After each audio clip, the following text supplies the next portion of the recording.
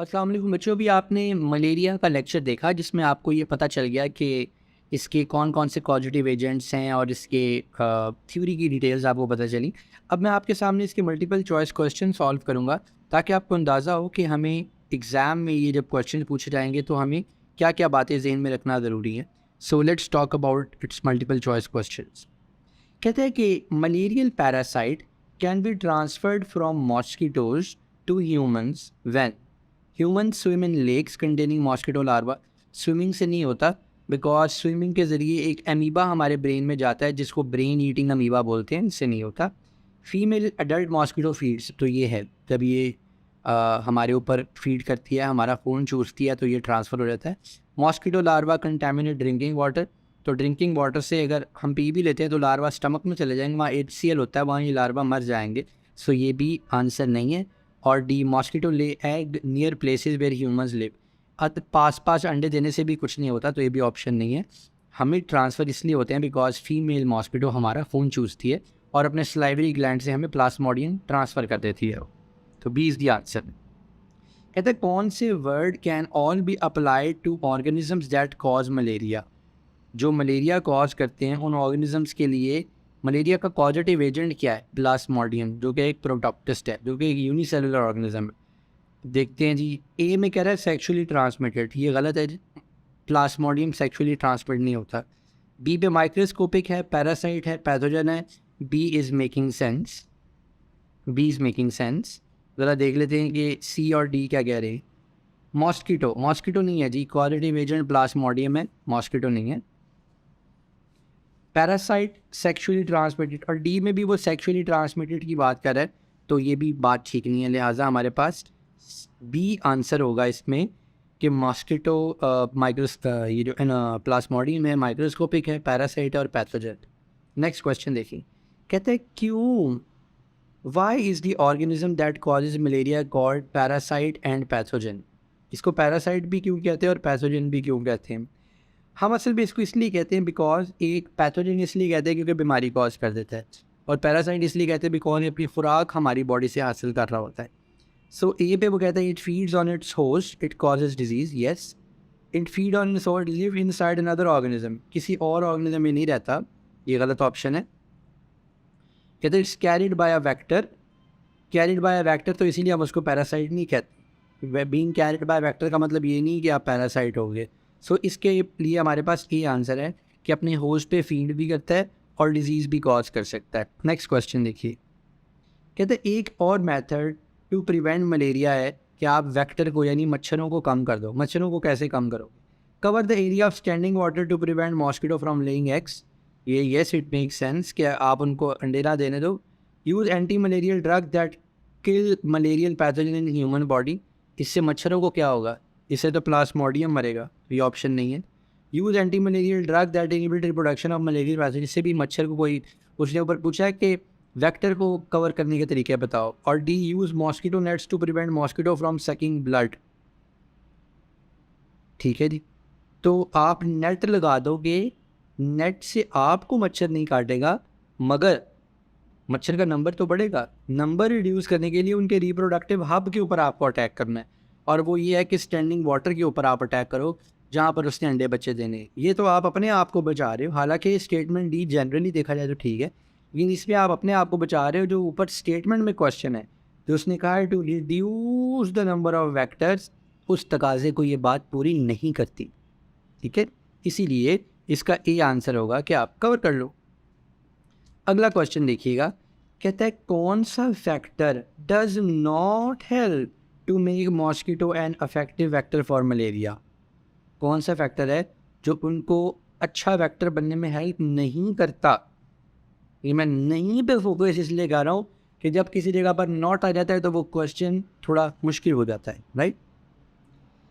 Mosquito are attracted to warmth and carbon dioxide, हमारा जिस्म गर्म है और हम कार्बन डाइऑक्साइड निकाल रहे हैं, इसकी वजह से वो अट्रैक्ट होता है और अच्छा वेक्टर बनता है।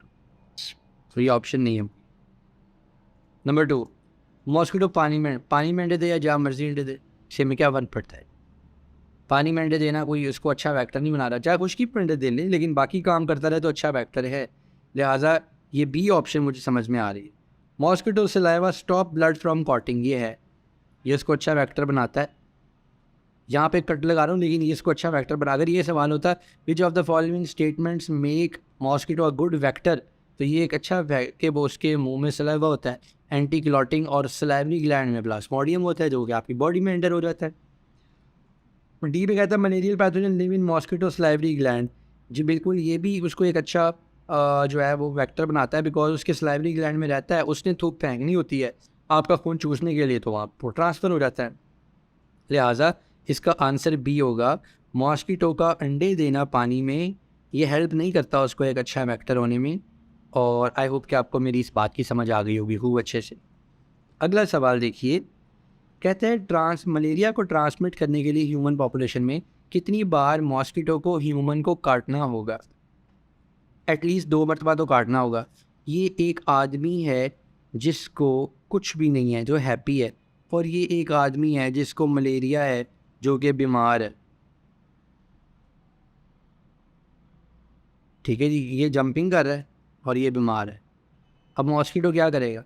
ट्रांसफ़र करने के लिए एक बार इस मॉस्किटो को बीमार बंदे को काटना पड़ेगा, और बीमार के बाद सही को काटेगा तो ही ट्रांसफ़र करेगा। एटलीस्ट 2 बंदों को काटेगा तो ही ट्रांसफ़र कर सकता है। ठीक है जी। तो वो कह रहा है कि to transmit malaria in human population how many times must a mosquito feed on human blood? How many times must? तो वो है कि ट्वाइस, कम से कम 2 मरतबा काटेगा तो ही ट्रांसफ़र करेगा। अगला क्वेश्चन देखिए, कहते हैं कि कौन सा method to control would not be effective against the spread of malarial parasite? इनमें से कौन सा मेथड मलेरियल पैरासाइट के स्प्रेड को करने के लिए इफेक्टिव नहीं होगा? Drainage of swamps and marshes, safe disposal of sewage solids, sleeping under mosquito net, and spraying walls of houses with insecticide. Malarial parasite हमारे पास क्या है? Which method would not be effective against spread of malarial parasite? Spread कौन करता है? Mosquito करता है, तो मॉस्किटो को टारगेट करें। आप drainage of swamps and marches कर देंगे तो मॉस्किटो का नंबर घटेगा, लिहाजा ये ऑप्शन नहीं होगी। Sleeping under a mosquito net, spraying ball of houses with insecticide, yes, अगर करेंगे तो आपको मॉस्किटो मरेगा तो स्प्रेड जो है वो कम होगा। ठीक है। Safe disposal of sewage solids का कोई ताल्लुक नहीं है इस पूरी की पूरी बात के साथ, लिहाजा इसका आंसर बी होगा। Sleeping under a net, mosquito net, उससे भी मॉस्किटो का एक्सपोजर कम होगा तो आपको फैल नहीं पाएगा, मॉस्किटो आपको मलेरियल पैरासाइट दे नहीं पाएगा। सो बी आंसर है। अगर आप safe disposal of sewage solids करते हैं तो that would not be effective against spread of malarial pathogen. Question number 113 देखिएगा, कहता है what makes female mosquito an effective vector for malaria? इनमें से कौन सी कैरेक्टर ऐसा है जो इसको मलेरिया के लिए एक इफेक्टिव वेक्टर बनाती है? It has veins, it makes a notable noise, it lays many eggs, it mates several times. अगर उसके पर ना हो तो वो उड़ के हमें काट नहीं सकेगी। अंडे तो और बहुत सारे ऑर्गेनिज्म देते हैं, आवाज़ भी और ऑर्गेनिजम्स पैदा कर सकते हैं, मीट भी सेवरल टाइम और ऑर्गेनिजम्स कर सकते हैं, लेकिन अच्छा वेक्टर होने के लिए उसको फ्लाई करना ज़रूरी है, इसको उड़ना ज़रूरी है। So it has wings. अगर उसके विंग नहीं होंगे तो वो अच्छा वेक्टर नहीं होगी, पहुंच नहीं पाएगी इंसानों तक। अब चूंटियाँ तो नहीं ना, अगर ये फर्ज करो चूंटियाँ कैरी कर सकती होती तो मेरा ख्याल है हार्डली कभी आपको चूंटी काट सकती, क्योंकि चूंटी को आपकी एक्सेस ही नहीं मिलती है। तो ये थे बेटे कुछ क्वेश्चंस मलेरिया के हवाले से। आई होप कि आपको इन क्वेश्चंस की खूब अच्छे से समझ आ गई होगी। आप इन क्वेश्चंस को प्रैक्टिस करें। अपना बहुत ख्याल।